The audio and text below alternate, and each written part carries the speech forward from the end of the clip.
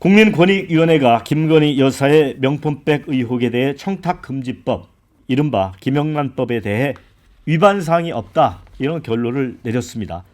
공직자 배우자에 대해서는 처벌할 규정이 없다는 게 이유였습니다.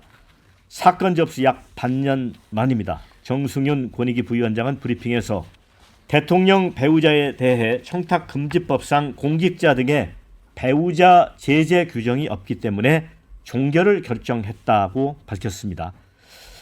자, 청탁금지법 시행령 14조에 따라 종결 사유로 새로운 증거가 없고 그 밖에 법 위반 행위를 확인할 수 없다고 본 것이죠. 참여연대는 입장문을 내고 부패방지 주무기관으로서 존재 이유를 상실했다, 이렇게 비판을 했고요. 또 대통령 부부에게 면죄부를 준 권익위를 강력 규탄한다며 배우자 제재 조항이 없다는 이유만으로 대통령의 법 위반 여부를 덮어버린 것이다, 이렇게 비판했습니다. 그동안 김건희 여사 상대로 조사 한 번 없이 사건 처리 기간을 연장해 오면서 조사 의지가 없었던 게 아니냐, 이런 비판도 나왔었죠. 또 발표 시점도 참 논란입니다. 마침 대통령 내외가 해외 순방을 떠난 날이라서 김 여사의 부담을 덜어주기 위해서 발표 시기를 조율했다는 의구심까지 제기되고 있습니다. 자, 김준수 원장님, 참 이 국민권익위가 이제 반부패 어떤 대표적인 그 기관인데 이렇게 되면 이거 국민들이 어떻게 볼까요? 그러니까요. 이게 판단은 내렸어야 되는 거 아닙니까? 맞습니다. 예. 그리고 국민들이 다 화면으로 봤고 다 봤는데 그 과거에 이제 부패방지위원회 이런 걸 다 합쳐서 만든 국민권익이다 보니까 이게 실감이 안 나지만 그 일종의 청년기관이고 청년기관을 대표하는, 그러니까 검찰을 뺀 나머지 부분의 청년을 대표하는 기관인데 이 부분에 대한 명백한 조사가 이루어져야 하고 사실 그 받았다는 명품백이 어디가 있는지 뭐 출처도 확인하고 이걸 다 해야 되잖아요. 그러니까 개혁신당 입장에서는 이거 특검까지 갈 것 없이 이런 부분을 충분히 조사하면, 그리고 이것이 재발 방지하기 위한 약속을 한다면 특검까지 가지 않아도 된다. 김건희 여사에 관련된 특검이 여러 가지 있는데 예를 들면 뭐 저 양평 고속도로도 문제도 있고 그 전에 뭐 이 도이치모터스도 있지만 이 부분만큼은 그래도 다른 방식으로 처리할 수 있다고 했지만 이런 식으로 한다면 국민이 누가 납득하겠습니까? 그동안 그러면 선거 기간 3개월 동안 두문불출한 이유는 뭡니까? 그러고 나서 해외 순방과 공식적으로 나오는데 3개월 두문불출하고 나왔는데 사과도 안 했는데 이걸 권익위가 오히려 이걸 면죄부를 주는 것 같은, 그리고 이런 부분을 그렇게 해서 딱딱딱 어떻게 둘이 손발을 맞춰 처리한 느낌이 들고요. 국민들이 이 목사가 폭로한 그 영상에 그것만 아니라 또 뭔가 뇌물을 주기 위해서 대기에 있던 사람도 보였고 또 그 카톡을 보면 이것 말고 화장품, 기타 선물을 계속 줬는데, 그리고 그 김건희 여사의 통화 내용 중에서 인사를 청탁하는 내용까지 나왔는데 이런 식으로 덮어버린다면 그러면 제대로 그 역할을 못한 거다, 이런 생각이 듭니다. 네. 신은규 변호사, 그러니까 그 법에 이제 배우자 처벌 조항은 없지만 또 그 8조에 보면은 금품을 받거나 요구하면 안 된다고 명시돼 있거든요. 공직자 배우자가 1회 100만 원 이상 금품 수수는 금지돼 있는 거예요. 그런데 300만 원 백을 받은 거잖아요. 그러면 이 반부패 기관이라고 하면 실체적인 판단을 했어야 되는 거 아닙니까? 청탁금지법을 위반한 건지 아닌지. 그러니까 이거는 좀 법리적인 설명이 필요한데요. 과거에 이제 뇌물죄가 있지 않습니까? 그러니까 뇌물죄는 직무 관련성하고 대가성을 둘 다 따집니다. 그러니까 요건이 까다롭기 때문에 처벌에 공백이 생기거든요. 그래서 보통 뇌물죄를 처벌할 때는 물증도 없어요. 그냥 증언으로 누가 전달했다, 일관되게 신빙성 있게 진술을 하면은 그 진술을 근거로 해서 뇌물죄로 처벌을 해왔거든요. 근데 이러다 보니까 뇌물죄가 너무나도 구속 요건이 까다롭고 요건이 어렵다 보니까 그냥 공직자가 뭘 받으면 그냥 처벌하자라고 해서 만든 게 소위 말하는 김영란법입니다. 그래서 여기서는 직무 관련성만을 보고요. 액수만 일정 액수 100만 원이 넘어가면은 이제 처벌을 하는 것이고, 심지어 청탁금지법 김영란법에서는요, 강연료도 많이 받으면은 규제를 하고 있습니다. 그래서 이제 공직사회의 부패를 좀 완화하자라는 취지로 도입이 된 건데 저는 어제 그 권익위원회 결정을 보면서 참 기가 막혔던 게 뇌물보다도 더 낮은 기준, 그러니까 더 완화된 기준을 쓰면서도 이게 위법 사항이 없다라는 거예요. 그러면은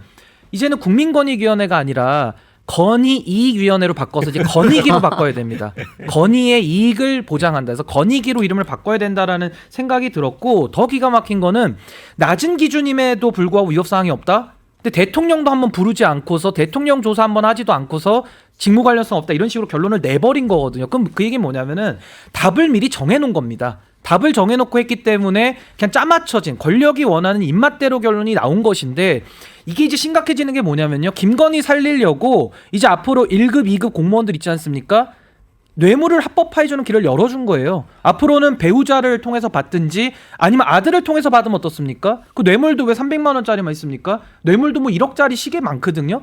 금괴도 있고. 그러니까 이제는 권익위가 진짜 국가기관으로서의 존재 의의를 완전히 상실하고 권력의 아부꾼, 권력에 완전히 맹종 추종하는 기관으로 어제는 스스로 저는 그냥 절벽 끝으로 내려갔다라는 생각이 들고요. 이런 상황에서 과거에 그 김태정 총장이라고 배우자가 온로비 사건 기억나실 겁니다. 배우자가 옷 바꿔 해가지고 특검이 도입된 사건이 이게 최초인데, 전 앞으로도요 지금 건의기까지 그리고 검찰까지도 이 수사를 덮어주거나 조사를 엉터리로 한 거는 직무유기에 해당이 되기 때문에 저는 특검의 필요성 더 강화됐고, 특검을 하게 되면은 김건희 여사로 끝나는 게 아니라 이걸 덮어준 공직자들까지도 저는 다 수사선상에 올려야 된다. 저 그렇게 생각합니다. 근데 뭐 지금 국민권익위가 내외부위원 한 15명으로 구성이 돼 있다고 해요. 그런데 아마 일부는 수사기관 이첩 또 그런 거를 문제를 제기했던 것 같습니다. 그런데 이제 표결을 통해서 한두 표가 더 나와서 이제 이런 결론을 내렸다고 하는데, 최병천 소장님은 어떻게 보세요? 국민권익위원회가 그 부정청탁법을 만들 때 제가 이제 국회 보좌관을 했었거든요. 그래서 이제 그 이 김영란법에 대해서 이제 맥락을 했는데, 당시에 원래는 이제 그 김영란법이 공공기관에 국한해서 했는데 나중에는 이 확대되다 보니까 뭐 지방 언론까지 포함해서 다 확대가 됐어요. 그런데 어떤 판결이 나온 적이 있었냐면, 원래 우리 국회에서 만들 때는 예컨대 교사 선생님들, 학교 초등학교, 중학교, 고등학교 선생님들한테 캔커피를 주는 거를 규제할 생각이 1도 없었어요. 예.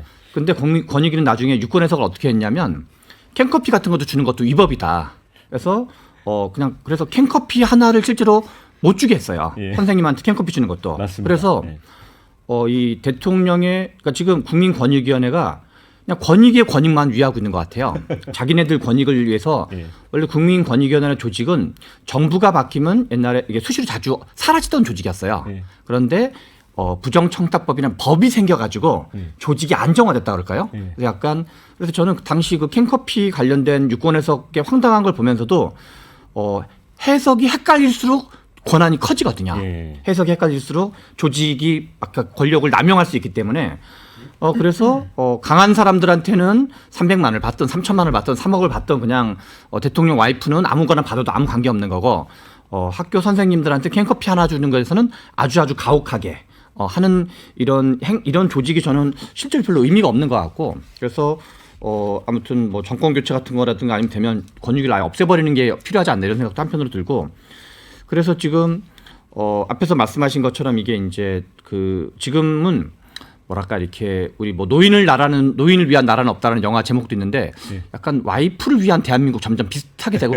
있지 않나. 그래서 나라 전체가, 그래서 실은 국민들이 이런 불만이 있기 때문에 조국 대표가 과거에 이제 내로남불의 상징적인 거였는데, 실은 오히려 이제 그 조국 혁신당 돌풍이 불면서 제가 이제 당시에 썼던 표현이기도 한데, 처벌받은 내로남불이 처벌받지 않은 내로남불을 심판하고 있는 형국이다.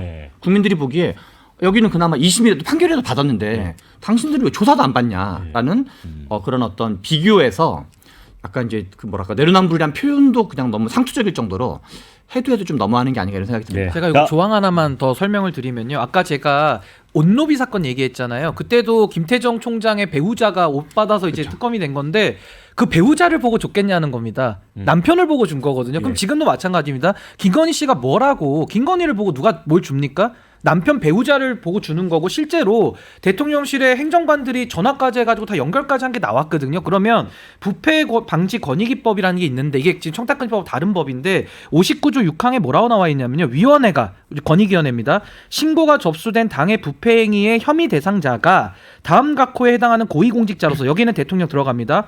부패 혐의의 내용이 형사처벌을 위한 수사, 공소제기의 필요성이 있는 경우에는 위원회 명의로 검찰, 수사처, 경찰 등 관할 수사기관에 고발을 하여야 한다라고 돼 있어요. 그래서 제가 직무유기 얘기한 거거든요. 할 수 있는 게 아닙니다. 판단이 되면 해야 되는 의무조항인데 이걸 안 하고 위법사실 없다는 면죄부를 줬기 때문에 저는 유철한 위원장을 비롯한 권익위 관계자들 있잖아요. 다 직무유기로 나중에 이거는 처벌 당연히 받을 것이고 저는 당연히 국민들이 전 책임을 물을 것이다. 그렇게 생각합니다. 진수 의원님은 앞서 이제 일부 발언도 미처 못한 것도 있고 포함해서 좀 시간을 충분히 쓰십시오. 네. 아니 전 지금까지 그 권익위의 결정에 대해서 세 분 말씀하신 거 뭐 전적으로 다 동의하고요. 제가 아까 일부 마지막에 하려던 말씀 뭐냐면 민주당이 보이는 반응이 굉장히 긴장하고 있다. 이제 그러다 보니 그런 무리한 무슨 법관 탄핵이라든지 그런 것까지 하는 거 아니냐 그런 생각을 하면서 그게 저는 법관 탄핵을 실제 하겠다는 뜻보다는 2심 선고에 어떻게든 영향을 미쳐보겠다는 그런 의도가 숨어 있는 것 같은데 그러면서 아까 이제 댓글 주신 분 중에 한 분도 민주당이 이런 아까 원구성하고 관련해서는 이제 국민들이 그래도 민주당 쪽에 이 힘을 실어주지만 바로 이제 이런 문제라든지 또 지금 당원 당규 개정에 있어서 이재명 맞춤형으로 바꾸고자 하는 그런 행위 같은 거는 국민들이 사안을 구분해 가면서 민주당이 하고 있는 일에 힘을 실어줄 건지 아니면 오만하다고 심판을 할 건지를 충분히 구분할 정도로 국민들은 성숙해 있다 이런 생각을 하는데요. 그래서 이제 그런 부분과 관련해서 민주당에 대해서 세게 비판은 하면서도 이번에 이제 권익위 결정과 같은 특히 김 여사 부분에 관해서 이렇게 이 정부 기관들이 뭔가 꼬리를 내리는 것 같은 이런 사안하고 부딪히게 되면 민주당에 대한 강한 비판을 하다가도 굉장히 힘이 빠져버리는 계속 그런 악순환 저뿐만이 아니고 많은 사람들이 비슷한 그런 생각을 하고 있을 텐데 그런 상황입니다. 그래서 이런 민주당의 폭주나 독주를 오히려 뭐라 그럴까 합리화를 이 여권에서 시켜주는 뭐 그런 느낌도 들고요. 네, 안타깝습니다. 참 이렇게 되면 대통령 지지율이 반등하기가 쉽지 않을 것 같습니다. 이런 상황이 되면. 그런데 지금 많은 사람들의 관심은 그겁니다. 검찰이 지금 이 고발된 사안이기 때문에 명품백 수수 의혹 수사를 하고 있잖아요. 자, 원칙적으로 수사하겠다는 입장이긴 한데 권익위가 이런 결정을 내려버렸잖아요. 이게 영향을 법적으로 미칠 수 있는 건가요? 짧게. 근데 이제 국가기관 상호 간에는 영향이 아예 없다고 볼 수는 없는데 전 아까 권익위도 제가 건익위로 전락했다 그랬잖아요. 검찰도 마찬가지입니다. 세상에 뇌물 받는 장면이 비디오에 찍히기도 어려운데 찍혀서 세상에 다 나왔거든요. 근데 검찰 수사가 어느 수사를 물어나고 그 물증을 압수수색 안 하는 수사 보셨습니까? 근데 국민의힘이나 정부 여당은 수사 보자고 지켜보자 이러거든요. 이게 말장난이고 앞뒤가 안 맞는 겁니다. 그러니까 기존 수사의 문법대로 하면서 수사 결과를 보자 그러면 좀 양해할 수 있는데 압수수색도 안 하고 김건희 여사 폰으로 그 새벽 3시 반에도 최재형 목사랑 청탁에 대해서 주고받은 카톡이 세상에 다 나왔는데 우리 검찰만 모르나 봐요. 국민들은 다 아는데. 그러니까 이러니까 검찰 스스로 권위가 떨어지고 신뢰가 떨어지고 정말 국가기관이 제대로 작동하는 거 맞냐. 그럼 본인들은 세금 받아서 운영되는 공무원들인데 도대체 국민에게 충성하지 않고 누구에게 충성하고 있느냐. 여기에 대해서 검찰은 답을 해야 되기 때문에 저는 검찰 수사도 영향받든 안 받든 이거는 특검으로 가서 덮어준 검사들이나 권익위원회나 이런 수사기관 종사자들까지도 전 책임을 물을 수밖에 없는 지경으로 가고 있다. 저 그렇게 생각합니다. 오늘 아침에 이원석 검찰총장이 출근길에 또 빤한 답변을 했다고 합니다. 제가 볼 때는 종교인처럼 좀 좋은 거룩한 말씀 같은데 다른 고려 없이 증거대로 법리대로 하겠다 이런 얘기를 했다고 합니다.